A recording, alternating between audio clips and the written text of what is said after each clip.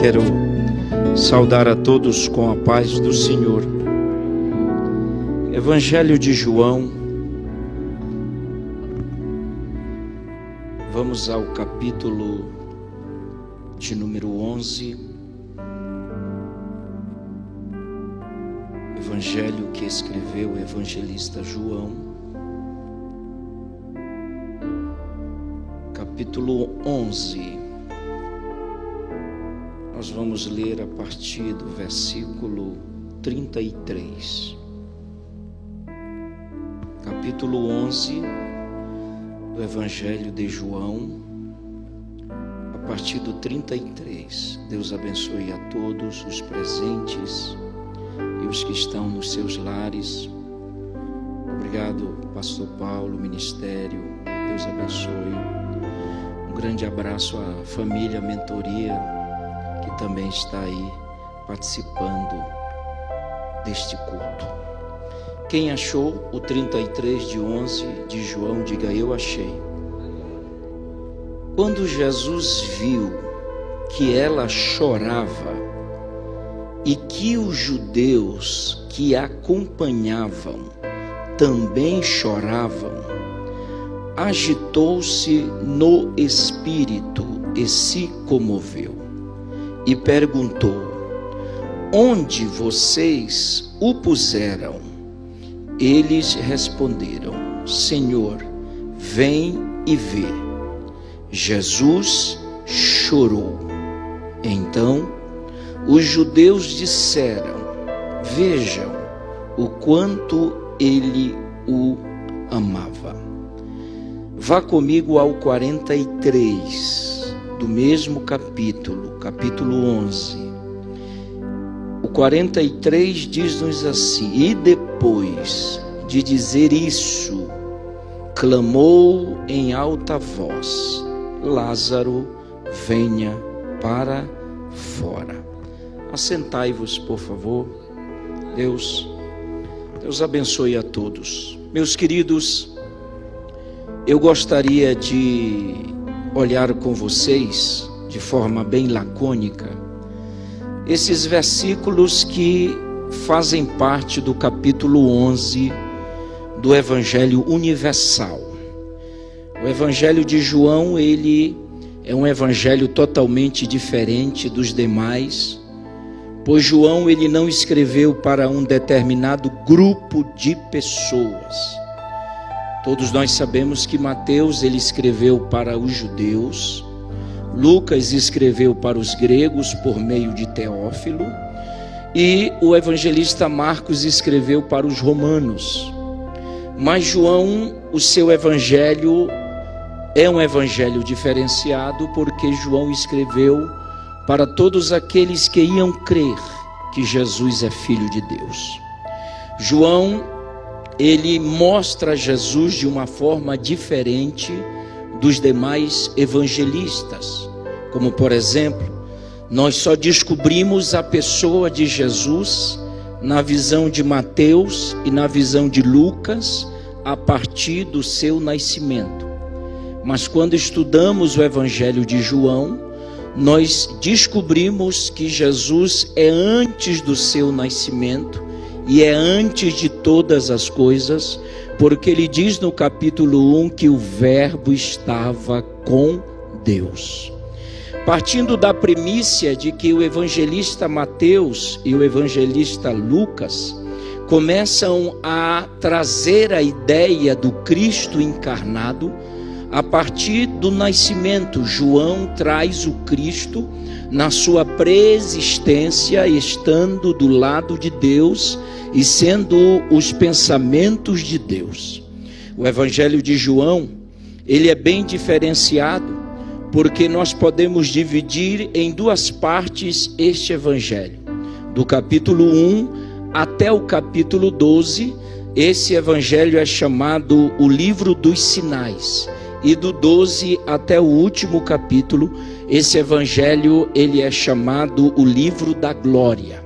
Só para que vocês entendam, Mateus fala muito sobre o reino de Deus, Lucas também, Marcos também, mas nós não vamos encontrar esses pormenores no Evangelho de João, porque o Evangelho de João tem a ideia de apresentar Jesus, o Cristo divino, o Cristo Deus, o Cristo que faz, o Cristo que governa, o Cristo que realiza, o Cristo que cura, o Cristo que realiza, que faz. Ele é, ele estava, ele era o Verbo estava com Deus. É no Evangelho de João, no 17 de João, que Jesus diz: eu e o Pai somos um. No 15 ele diz: eu sou a videira. Então o evangelista João faz questão de mostrar a deidade, a divindade daquele homem que andou na terra. Não seria um homem comum, é filho de Deus, é o Messias, é o Salvador do mundo, é aquele que ia libertar, é aquele que ia trazer a nova oportunidade, é aquele que ia curar os cegos, levantar os paralíticos, curar os leprosos, ressuscitar os mortos e ainda preparar o homem para chegar a Deus através de si mesmo. Então o Evangelho de João, ele é muito interessante. Por quê? Também que nós temos 7 milagres que Jesus registrou, que João registrou. Nós temos 7 milagres, começando do capítulo 1 e indo até o capítulo 11. São 7 milagres registrados por João. É bem verdade que não foram somente esses milagres, mas João percebeu a importância de escrever apenas 7 milagres. O primeiro milagre seria o milagre lá em Caná da Galileia, no capítulo 2.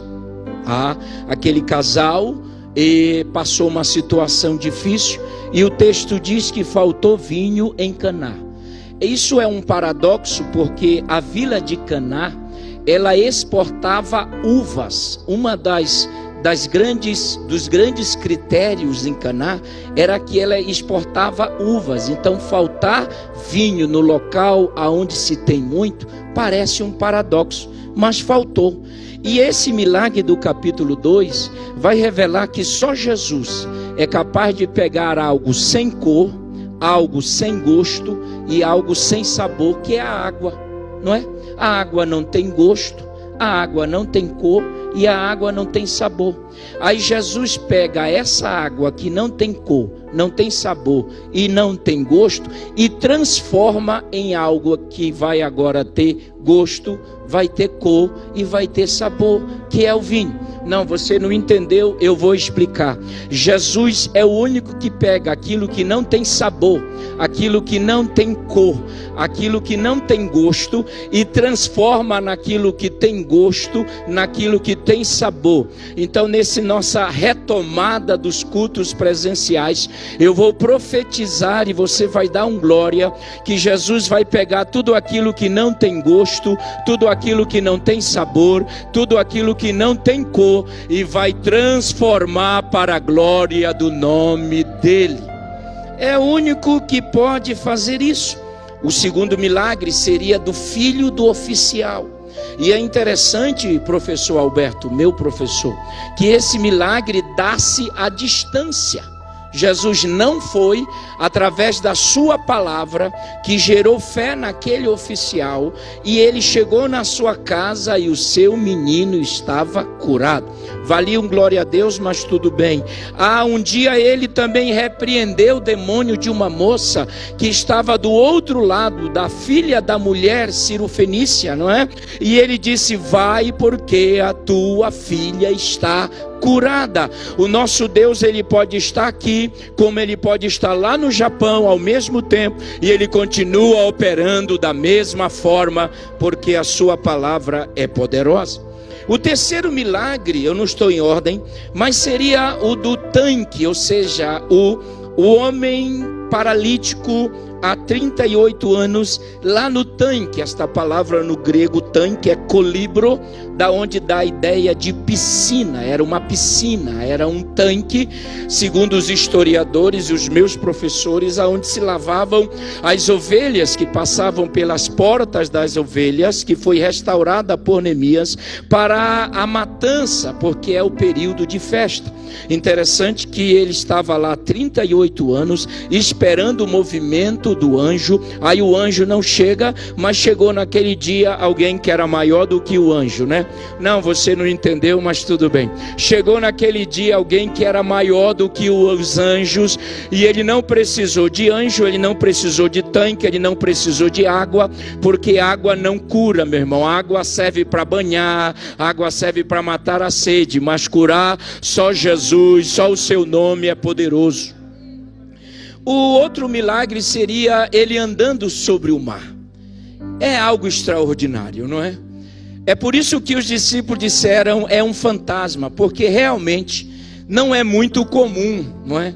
Em uma tempestade, em umas ondas avolumadas, alguém está ali andando por sobre o mar. Isso não é fácil, não é? É um fantasma. Claro, eu e você diríamos a mesma coisa naquela noite, mas era ele, era Jesus, porque Jesus, para socorrer alguém, ele anda sobre o mar, ele domina as circunstâncias. O nosso Deus é simplesmente extraordinário. O outro milagre seria o milagre do cego de nascença. É um dos milagres que nós chamamos dos milagres messiânicos na pessoa de Jesus. É o fato dele dar vida às pessoas, a luz e a visão às pessoas. E o último milagre seria esse que eu trago a lume para vocês. Eu fiz uma análise de todos os 7 milagres. Ora, nós não conhecemos o nome daquele casal em Caná. A gente conhece? Nós não conhecemos. Nós não conhecemos o nome do paralítico que estava no tanque. Nós não conhecemos. Nós não conhecemos o nome faltou um milagre, que é a multiplicação dos pães e dos peixes, tá? Pronto. 7. Nós não conhecemos ninguém no meio da multidão o nome, nem um rapaz que tinha 5 pães e 2 peixinhos, 2 sardinhas, nós não conhecemos. Nós não conhecemos o nome do cego de nascença. Nós conhecemos? Nós não conhecemos. Mas nós conhecemos o nome de Lázaro. Por quê? Por que que dos 7 milagres somente aparece o nome de Lázaro? Porque os amigos de Jesus têm nome.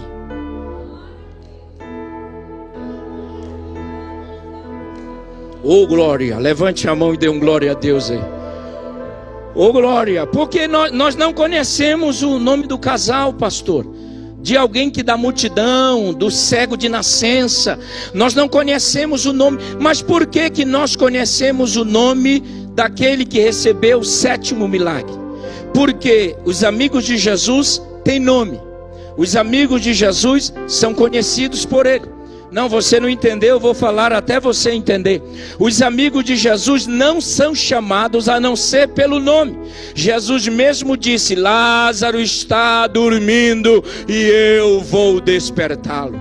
Então Jesus, ele cria e criou-se uma intimidade com esta família, dizendo que essa família era muito querida de Jesus. Então o amigo de Jesus tem nome. Agora tem um outro detalhe: os amigos de Jesus choram, os amigos de Jesus morrem, os amigos de Jesus pegam Covid, os amigos de Jesus batem carro, os amigos de Jesus atrasam as contas, os amigos de Jesus choram. Não é o fato de sermos amigos de Jesus que nós estamos isentos dessas circunstâncias. Isto prova que nós somos humanos e nós temos um Deus que, por mais das nossas dificuldades, por mais das nossas limitações, ele gosta de nós. Aleluia! Eita, era para você ter dado um glória a Deus aí. Ele gosta de nós. Só que esse amor que Jesus tinha por Lázaro, ninguém pode explicar. Porque quando ele recebeu a notícia que ele estava doente, ele ainda fica mais 2 dias. Não era para ele sair correndo? Sim ou não? Não era para ele cancelar as agendas evangelísticas e sair correndo para Betânia? Afinal, é um amigo. Afinal, é uma família que sempre alimentava Jesus. Afinal, é uma família que amava Jesus. E que Marta e Maria sempre serviam a Jesus. Dá para entender esse tipo de amizade que Jesus tem com Lázaro? Alguém consegue decifrar esse grau de amor e de intimidade? Ora, se os meus amigos precisam de mim, a tendência é nós jogarmos, deixarmos tudo e irmos atrás deles, socorrê-los. Mas por que Jesus não fez isso? Eu não sei. Mas estudando o capítulo 11, tem um detalhe que eu quero que você dê glória a Deus. Jesus deixou Lázaro morrer porque ele queria manifestar a sua glória. Está no texto. E ele só pode manifestar a glória dele numa ocasião em que os homens não entendem, que as circunstâncias não são compreendidas, mas ele diz: esta enfermidade, olha, se tu entende, tu vai dar glória, é para a glória de Deus. Está na Bíblia, professor. Então a gente começa a perceber porque Jesus não sai correndo. Porque entre curar e ressuscitar há uma grande diferença. Talvez para nós não, mas para o mundo judaico onde Jesus vivia, trazer alguém de volta à vida depois de 4 dias. Está aqui o professor que conhece mais cultura do que eu. Na cultura judaica, no 3º dia, aí sim que alguém está morto. Jesus chega no quarto, quando está fedendo, e é Marta que diz: como é que o senhor sabe que estava fedendo? Porque Marta diz: está fedendo, cheira mal, não tem mais jeito. Aí Jesus olha para ela e diz: se tu creres, tu verás a glória de Deus.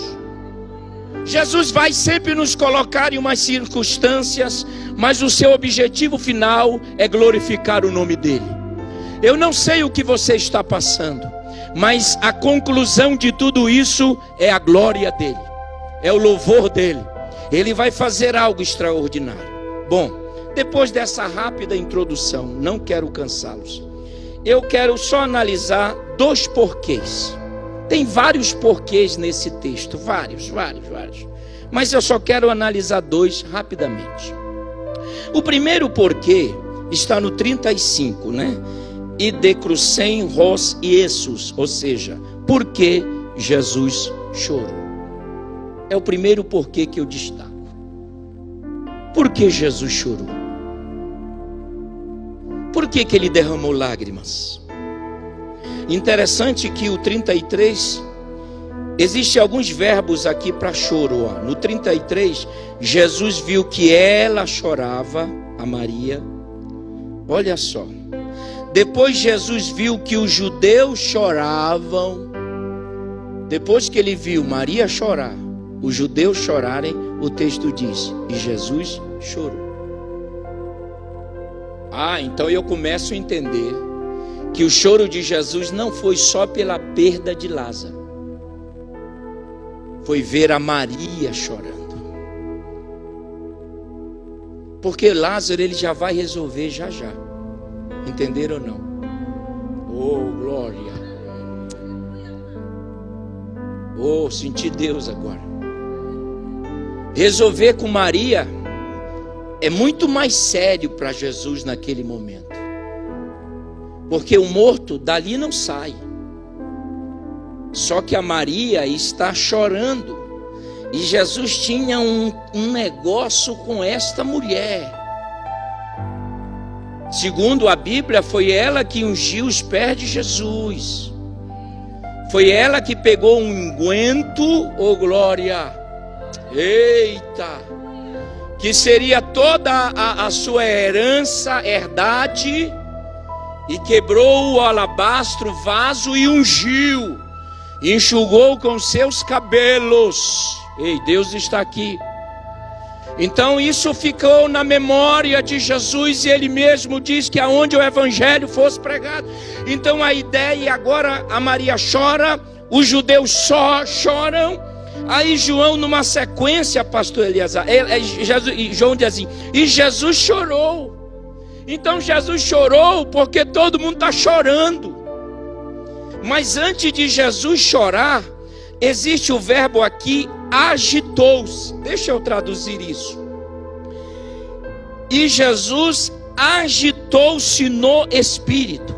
A palavra agitar no grego, embrimastai. A palavra que aparece no original é embrimastai.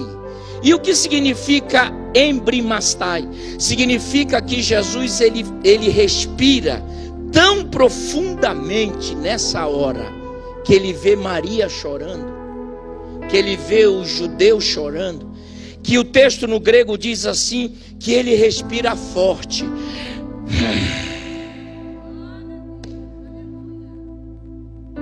Que amor é esse? Não é simplesmente uma respiração comum. Ele altera a sua respiração. Aleluia. Ele respira forte. A respiração produzida no seu interior vem lá de dentro. O texto no grego, numa variante, diz que a respiração de Jesus fez barulho. Meu Deus!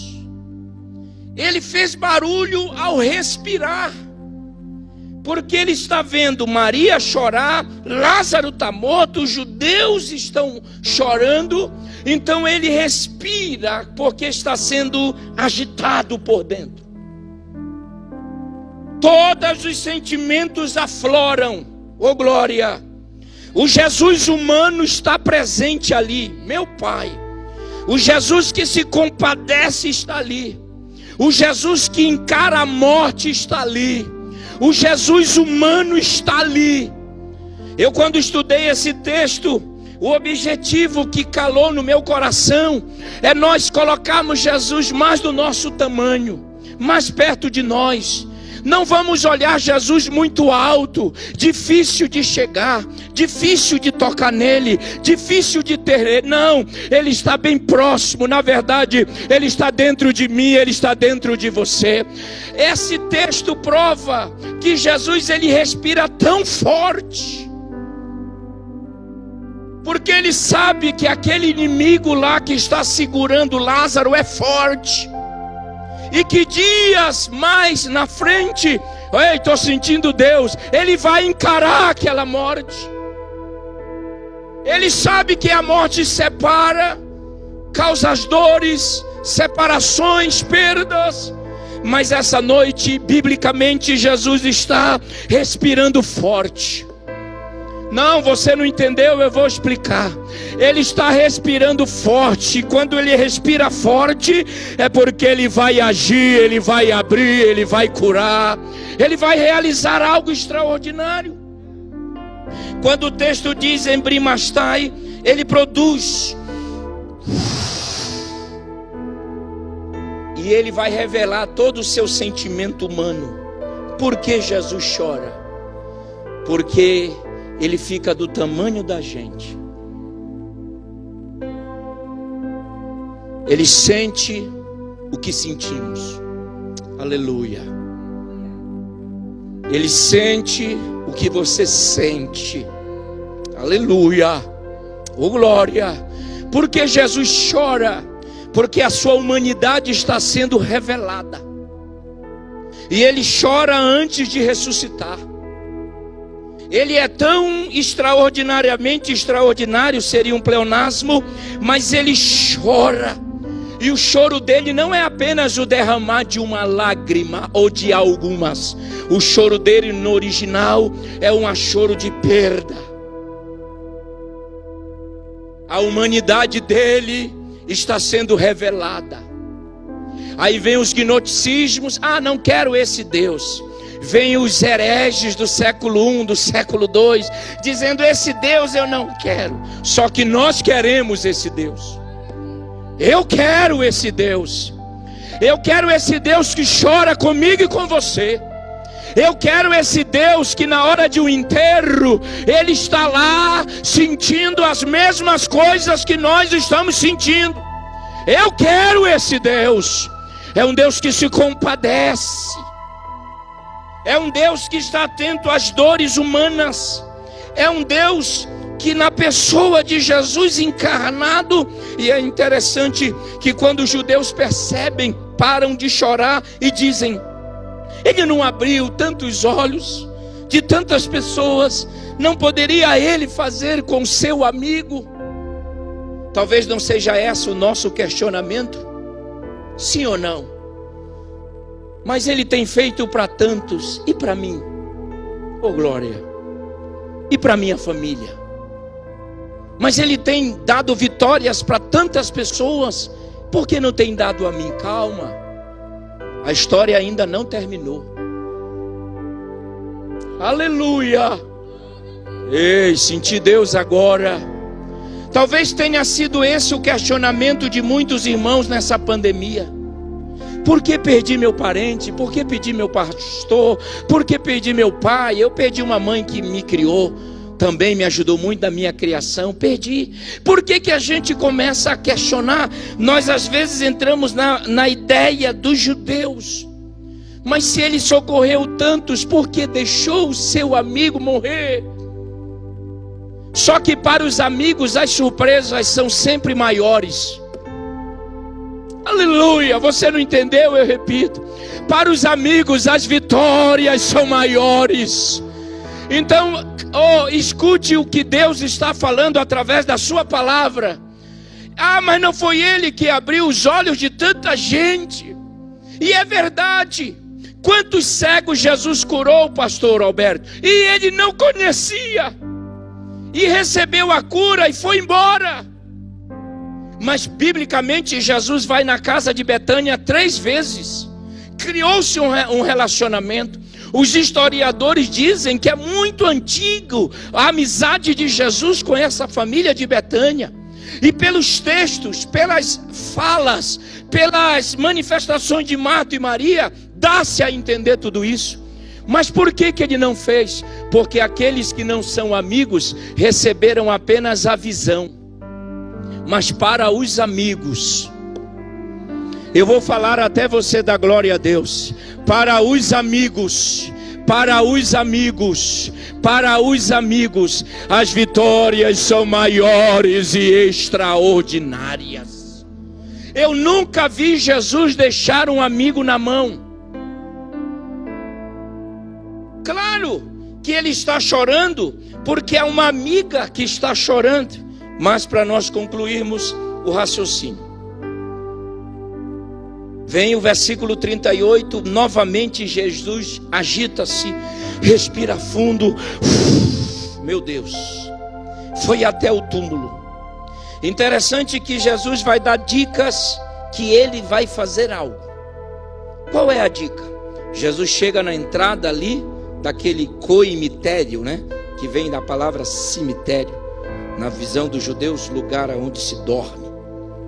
E Jesus chega lá e ele começou a dar o primeiro sinal que alguma coisa vai acontecer. Ele diz assim: tirem a pedra. Pronto. Eu gosto desse texto porque Jesus vai dando dicas. Talvez essa não seja a primeira dica, talvez seja a segunda. Porque veio agora na minha mente que no 4º dia ninguém vai ao cemitério. Vai a um terceiro. Veio rapidinho aqui. Pá! Acendeu uma luz na minha cabeça. Tá. Entenderam ou não? Não vai na cultura. Vai no terceiro. É uma cultura muito... não é nossa. Mas talvez seja o segundo. O primeiro é que ele diz: aonde o puseram? Mas vai, não vai, ele vai. Quem vai segurá-lo? Tem mais um detalhe. Quando os discípulos tentaram segurar Jesus, porque tem gente que às vezes quer segurar Jesus para não abençoar os amigos. Está no texto. O texto diz assim, ó. O texto diz assim: Senhor, não vá, porque então vamos à noite, porque os judeus querem te matar. É por isso que Jesus disse assim: não são 12 horas do dia? O que o grego diz? Eu não sou fugitivo e nem ladrão para andar à noite escondido, não. Eu ando é de dia. É isso que Jesus quer dizer. E aí o Tomé disse: então vamos todo mundo morrer com ele. Ó, o Tomé já matou ele, os discípulos de Jesus. Tá todo mundo morto. Tá todo mundo morto. Mata. Só que ele ia morrer, mas não naquele dia, porque ninguém tocaria em Jesus se não fosse a hora. E ninguém matou Jesus, não. Ele mesmo diz: eu adoro a minha vida. Ei, aleluia. Levante a mão para não perder o costume de glória a Deus aí. Ei, aleluia. Então Jesus está dando a segunda pista, professor. A primeira aí, não pode. A segunda é violação de sepulcro. Não se faz. Ele diz: tirem a pedra. Não, mas aí você lê assim em português, muito bacana, não é? Mas no original, na cultura, não se faz isto. Jesus poderia ser preso. Jesus poderia ser apedrejado. Não se toca em morto, não se fica perto. É uma cultura muito difícil. Mas Jesus diz: tirem. Quanto Marta pensou que ele ia fazer ali aquelas obrigações rituais, quando ela está ali de cabeça baixa, Jesus disse assim: tire a pedra. A Marta para de adorar na hora, diz: opa, pera aí, cancela. Não, faz isso com a gente não. Não aumente mais a nossa dor. Eu estive ontem aí. Ele está cheirando mal. Não veja ele como ele está. Fique sempre com aquela imagem dele vivo.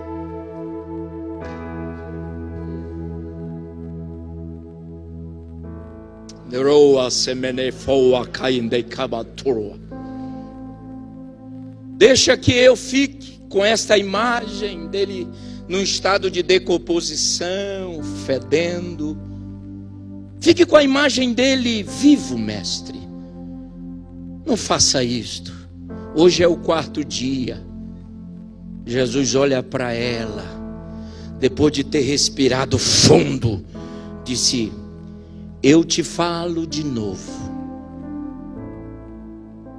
Marta irmã Leia, Marta é o tipo da pessoa que precisa ouvir Jesus falar muitas vezes.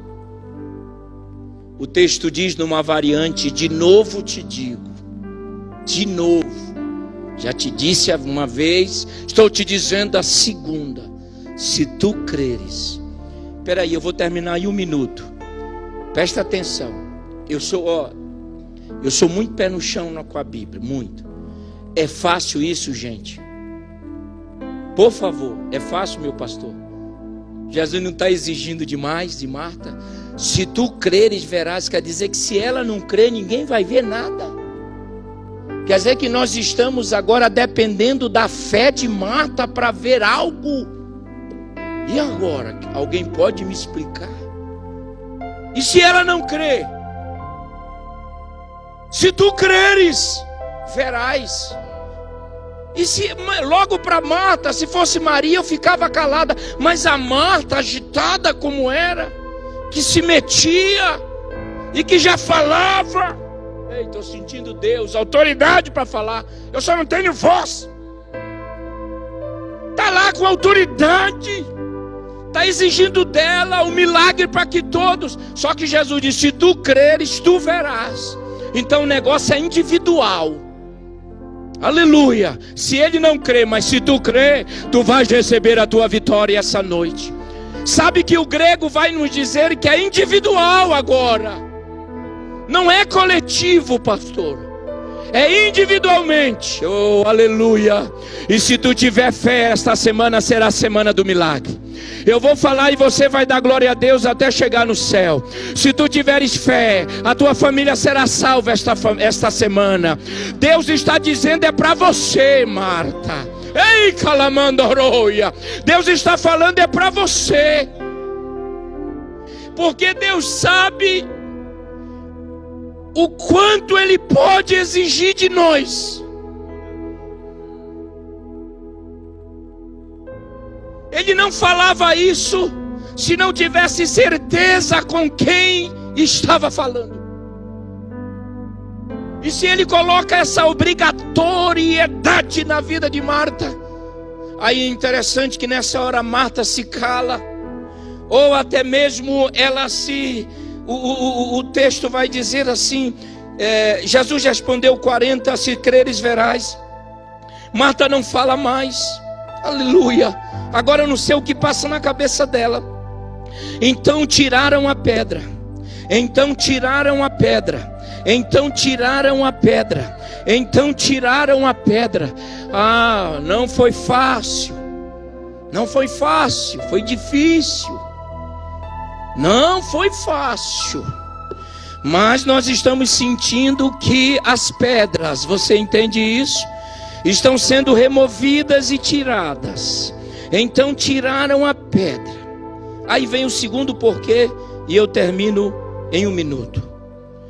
E ele levanta os olhos ao céu. Ele vai orar. Na verdade, ele vai dar graças. E ele agradece ao Pai. E ele na oração diz: eu sei que o Senhor me ouve, mas eu falo isso por causa da multidão presente, para que eles creiam que tu me enviaste. E depois de dizer isso, olha, pastor Paulo, clamou em alta voz. Aí vem o segundo porquê. Por que Jesus gritou? Por quê? Se só tem morto lá dentro, por que ele grita? É ou não é? Me digam, não só tem morto lá? É um cemitério. Por que ele grita? A palavra gritou com grande voz no grego é poné megali. A tradução no original significa: e ele aumentou o volume da voz. Então significa que Jesus falava em um tom muito único.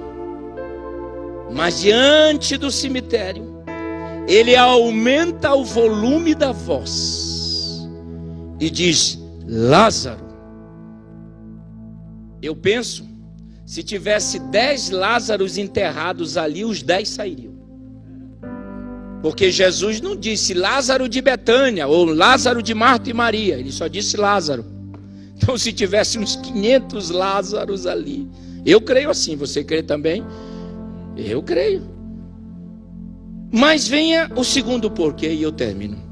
Por que Jesus gritou?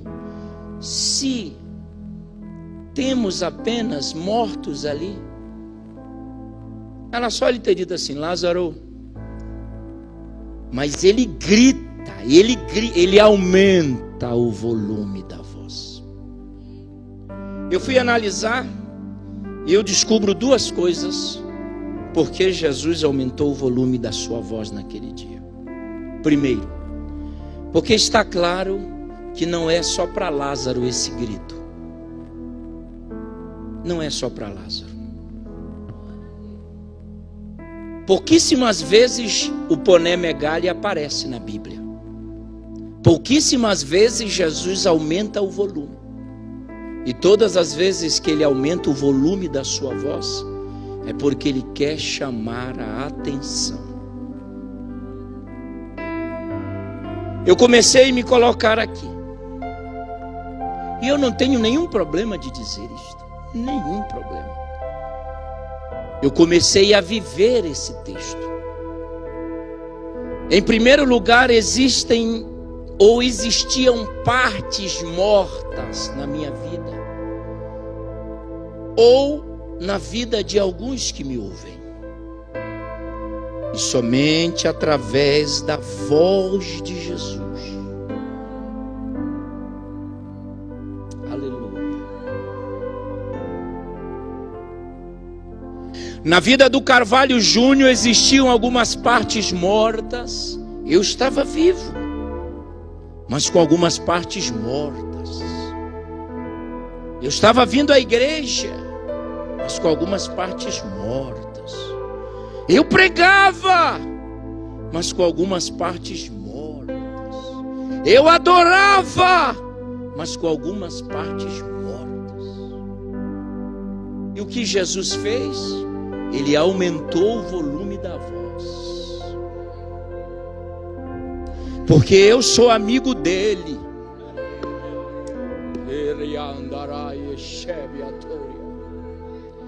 E amigo dele não fica do lado de lá da pedra. Deu para entender? Amigo dele fica do lado de cá da pedra. Talvez essa pandemia matou algumas partes na sua vida, que é muito comum, porque nós somos humanos, nós não somos máquinas, nós somos de carne e osso, nós mergulhamos. Eu dei uma palavra agora na convenção de Araguaína, que foi online ontem. 1 Timóteo 4:10, quando Paulo escrevendo a Timóteo diz assim: por isso trabalhamos. O verbo trabalhar no grego ali significa trabalhar até a exaustão. Paulo está dizendo: Timóteo, nada de corpo mole no ministério. Trabalhe até ficar gasto. Trabalhe até ficar totalmente exaurido. E o trabalho no grego ali é o gasto mental e o físico. E às vezes o meu físico estava bom, mas a minha mente não. E vice-versa. Aí Jesus demorou chegar. Não é o texto que diz, eles não disseram isso. Mas quando ele chegou, ainda tinha um restinho de vida em mim. Ainda tinha um restinho de vida em você. Quando alguém disse enterra que não tem mais jeito, ele chegou dizendo: eu sou a ressurreição e a vida. Só um exame interno hoje. Só nós olharmos como eu olhei para dentro de mim. Partes mortas que o paletó não cobria mais, que a gravata não cobria mais, que as agendas não cobriam mais. Mas ele chegou. A esperança para você. Oh, eu vou profetizar, e se você entende, de glória. A esperança para sua casa, a esperança para esse filho, a esperança para tua esposa, a esperança para o teu esposo.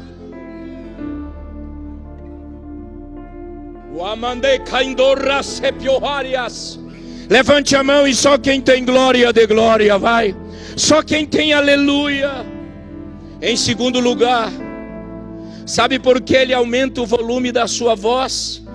Porque nós estamos sempre ouvindo baixinho ele, nós não queremos, ele vai falando baixinho e nós não queremos ouvi-lo.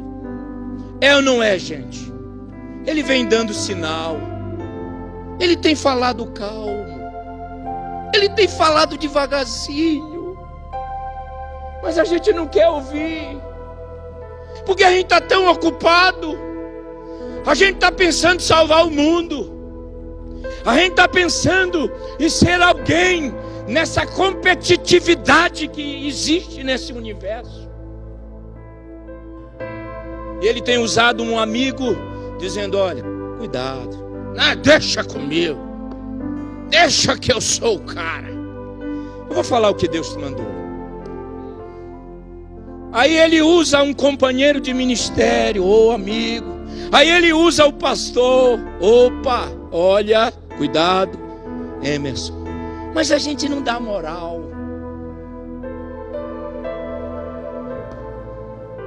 Deus vai dando pistas. Vai coas. Deus vai falando. Aí a gente tem sonhos. Aí a gente sonha. Aí de manhã o zap toca dizendo: olha, cuidado, tive um sonho assim com você. Aí a gente diz: é barriga cheia demais ou vazia, sei lá como é o trem. Aí nós vamos descaracterizando as pessoas humanas ou pessoas que estão falando. É Deus falando através delas, mas é baixinho demais, aí Deus não pega pesado. Entenderam ou não? O camarada vem até com muito receio para falar. Aí Deus diz: ah, é? Chega.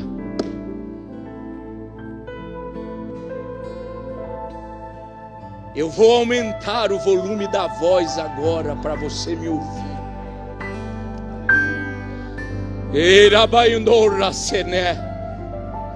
Aí ele diz: agora eu vou fazer como eu quero. Sabe por quê?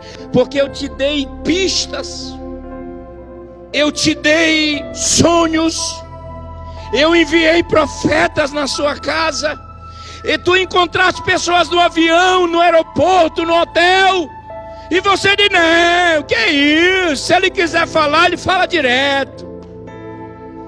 Aí Deus diz: já chega. Eu vou pegar esse camarada pelo nariz. E ele aumentou o volume da voz. Nossa alma estremeceu.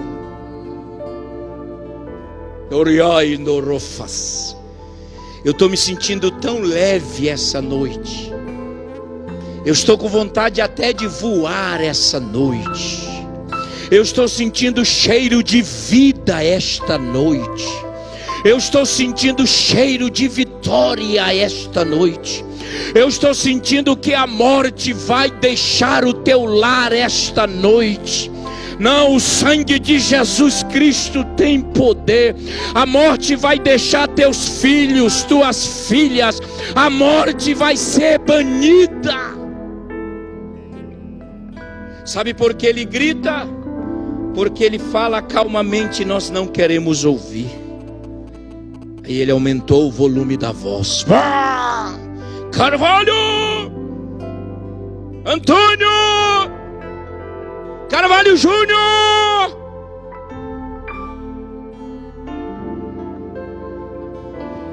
A última faixa, professor Alberto, já estava sendo dobrada. A faixa já estava na boca, estava chegando no nariz. Mas Deus diz: não, tirem as faixas. Não é hora ainda. Há uma expectativa no sepulcro. Eu acredito que o suspense, porque o que eles iriam ver naquele dia, nunca mais eles viram. Assim não. E o texto diz que lá vem Lázaro.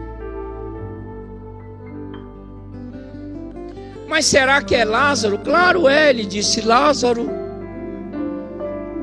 Deus sabe aonde eu preciso receber vida. E Deus sabe aonde você precisa receber vida. Oramandaracandaraia. E Deus está citando, chamando o teu nome esta noite.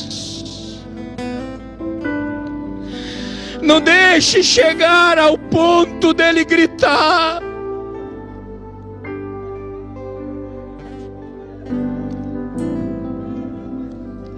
Não deixa chegar ao ponto dele gritar.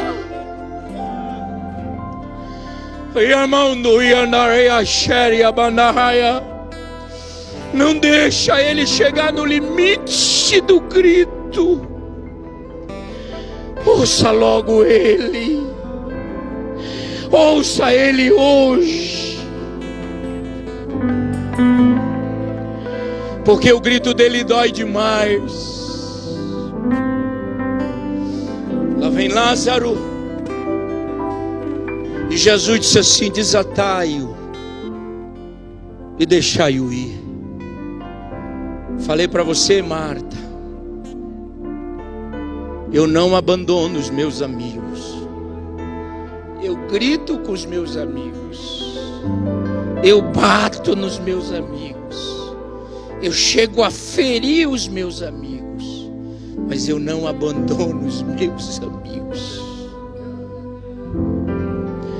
Esta foi a palavra que Deus me deu para essa noite, quando o pastor da igreja me convidou. É bondade dele, porque eu congrego com vocês aqui. É bondade dele me dar essa oportunidade.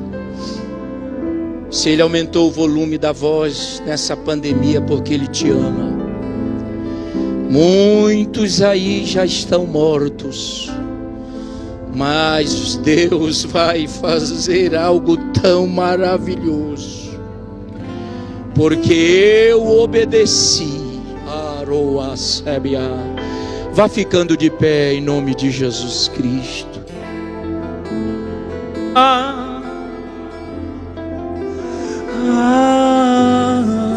Se ele aumentou o volume da voz, é porque ele te ama.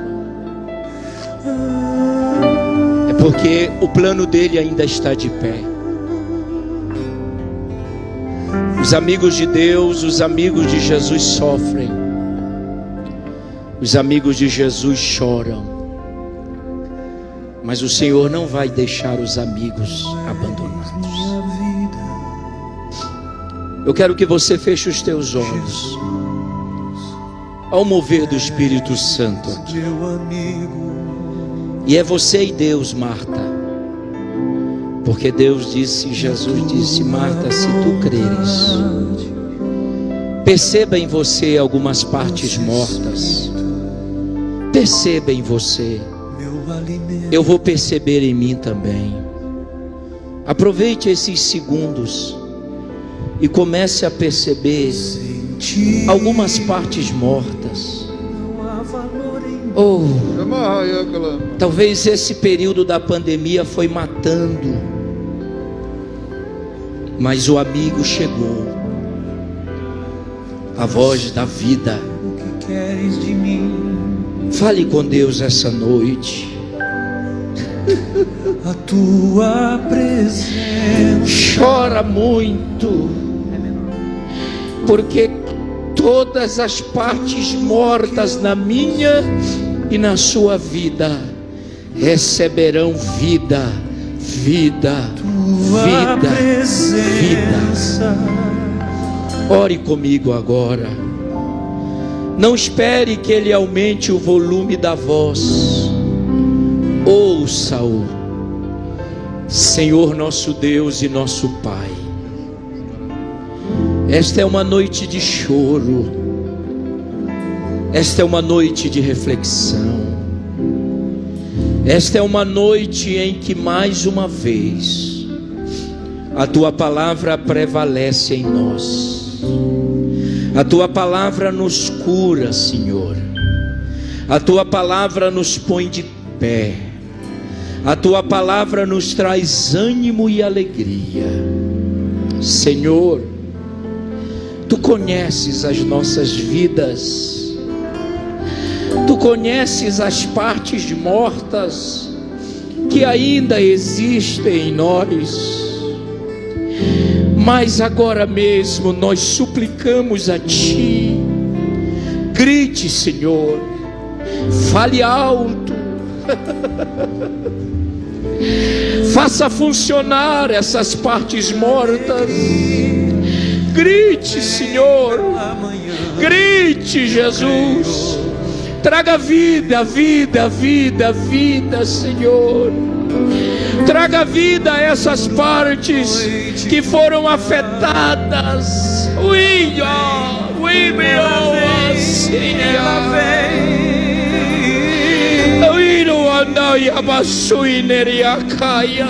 Choro duro uma noite. Traga vida, Senhor, a essas partes, as partes mortas na família do meu irmão e da minha irmã. Ah, Senhor, se for para nós te ouvirmos, pode aumentar o volume da sua voz. Se for para nós te escutarmos, Senhor, aumente o volume da voz. Mas nós queremos te servir, te adorar. Nós queremos glorificar o Teu nome. O tempo que nos resta na terra, nós queremos glorificar o Teu nome. Oh Senhor, continua abençoando o pastor Paulo, o ministério da Assembleia de Deus do Belém, Campinas, todos os dirigentes, todas as congregações, a nossa igreja aqui na sede, Senhor. A Tua palavra é a verdade. Agora levante a sua mão, você que recebeu vida, adore, adore, adore. Dê glória a Deus aí. Só quem tem vida adora, só quem tem vida glorifica, só quem tem vida jubile na presença dele. Eu me rendo aos Teus pés, és tudo que eu preciso pra viver. Eu me lanço aos Teus braços, de encontro meu refúgio.